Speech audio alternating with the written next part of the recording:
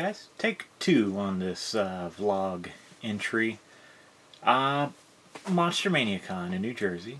Pretty cool show, I'll admit. I've been 3 times. I've been inside the building twice. I'll start it with that. So, it's a convention of horror movies and everything horror related, so of course there's quite a bit of Halloween stuff there as well.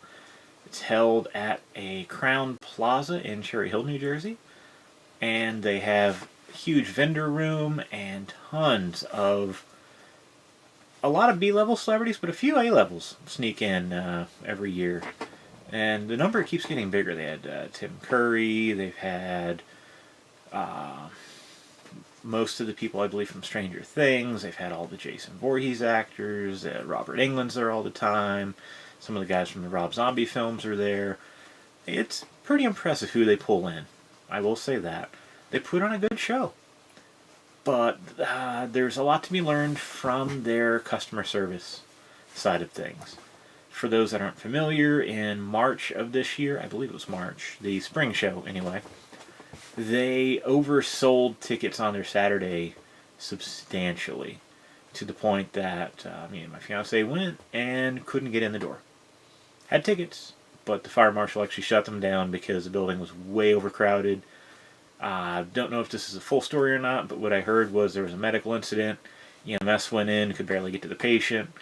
And when you have a crowd, you're going to have medical issues. You see the numbers out there all the time. 100 people have X, Y, or Z. You get a big crowd of people, even if it's somebody with anxiety or medical issue, things happen.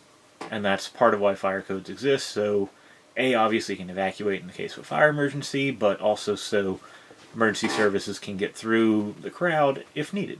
And things happen. So, yeah, we drove all the way from South Jersey to there, about an hour and a half drive, and couldn't get in. Also, the parking lot was well beyond capacity, and always is, just because it's a large hotel with convention center, and for some reason the building does not have enough parking spots. It's a decent sized lot, but still it always overfills. Not necessarily the convention's fault, but part of the venue. So anyway, couldn't get in, reached out to customer service, and just never got a reply. So we paid for our tickets, never got money back. That was it. That was March. Over it? Okay. It's now August. Another show comes to town. This time they did it right. They used online ticketing in advance. They set a sellout point. That is so much better. It's a step in the right direction. They set up a phone app with all the information about the event, things being rescheduled, all that. That's great. So they're working in the right direction.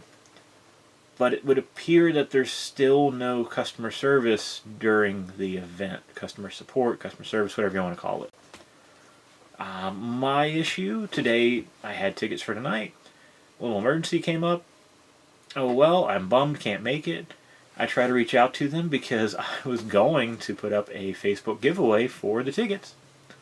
For Haunt Tech Tips viewers, for the people that go to Ocean View Trail of Terror that are on that Facebook page. I was going to say first come, first serve. Hey, who wants it? Facebook Messenger, their website, and their emails. Couldn't reach anybody. There's no visible phone numbers on the website, the Facebook, any of that. And everything else, even went on their Facebook event page, made a comment, nothing from any side of it. They did make a Facebook post apparently a few days ago that once they leave their office, shop, home, whatever, to go run the show, they're hard to reach. That means they know they have an issue. When you have a show that big with that many people and that much money involved, a Friday night ticket for a 5-hour show is $25, so Saturday is even more. The weekends are huge. I think the VIP for the whole weekend was $150-some.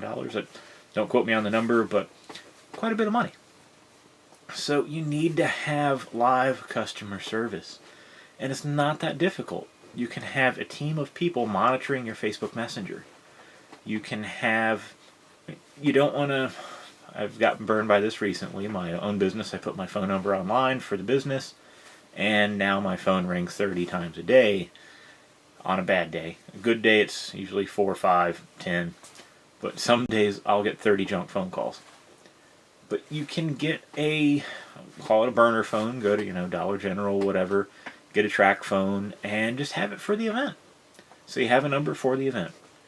You can get a Google Voice number. That, again, is temporary for an event. And the best thing about Google Voice, it will transcribe your voicemails into text. So you can even just read the text. You don't have to be on your phone the whole time listening to voicemails or whatnot.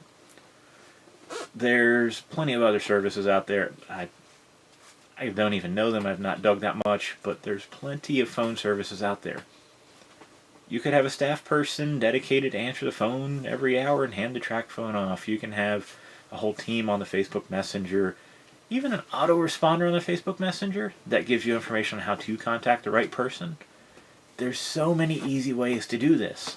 But the worst thing you can do is have a bunch of dead ends. Emails that go unanswered. You can have email autoresponders even. That a quick reply back from your email. Hey, we've received your message. If this is an emergency, do this, do that. And there's really no excuse for it. And I'm not just saying for a convention. For haunters. The same thing. I know we are all stupid, crazy busy when we're running our haunts, especially if you're an actor owner. But you need to be reachable. And reachable by people not on premises. I'm sure that if I was there, I would probably be able to get a person to talk to. Last time when we went, there was no one available to talk to. The person at the door just turned us away and said, that's it, sorry. So I can't speak for sure they have on-site customer service, but I would pray they do. But per se, somebody loses a phone, they lose a car key, they lose a house key, even worse, you get all the way home and you can't get in. There's nobody to call. There's nobody to message. There's nobody to contact. If, a vendor could, sell you something and you find out you've been frauded, or your credit card went through wrong, or you're trying to buy tickets online and they double charge your credit card, or who knows what. There's nobody to talk to. And for an event that big, that's pulling in that much money, that's just unacceptable. And that same thing goes for haunts. I don't necessarily recommend posting a phone number online for a haunt. If your venue's number is online, and that can reach someone, that can work. For us, we have the Facebook Messenger, which always goes directly to my phone. And even if I'm at the haunt, I answer it throughout the night. Not the next day, I will answer it that night. The email, same thing, goes right to my phone. I will answer it that night. And I'm a small show. We're donation based. We do have some VIP tickets, which is another important reason why we have the phone number, which is on the VIP tickets. Why you can reach us by Facebook, reach us by email. And again, I'm a small show. Most of our people are actors or operations. We don't really have much beyond that, but we have it. And if you're a haunter, you need to be contactable. If you're a convention or event organizer as well, you need to be contactable. So, a little bit of a rant. It's the second take. It's not nearly as ranty as the first time around. I wish Monster Mania Con the best. They're taking the right steps, limiting tickets, online pre-ticket sales, and the app for all the information for the con. All great ideas, all great steps. But you can't just sign off and say you're too busy for customer service during your event. That's not a great way to run business. I'm going to give the guys one more chance at being a customer at their event. But sadly, it's a cool event, but I can't recommend it based on how they've treated their customers so far. So that's where we're at. I wish them the best. I hope they see this video. I hope they can learn from this video. I would really hope that the event can continue to, can't really grow much more, but at least sell out your tickets and do well. Because South Jersey needs horror. And I'm bummed not to make your event. You put on a good event, Monster Mania Con.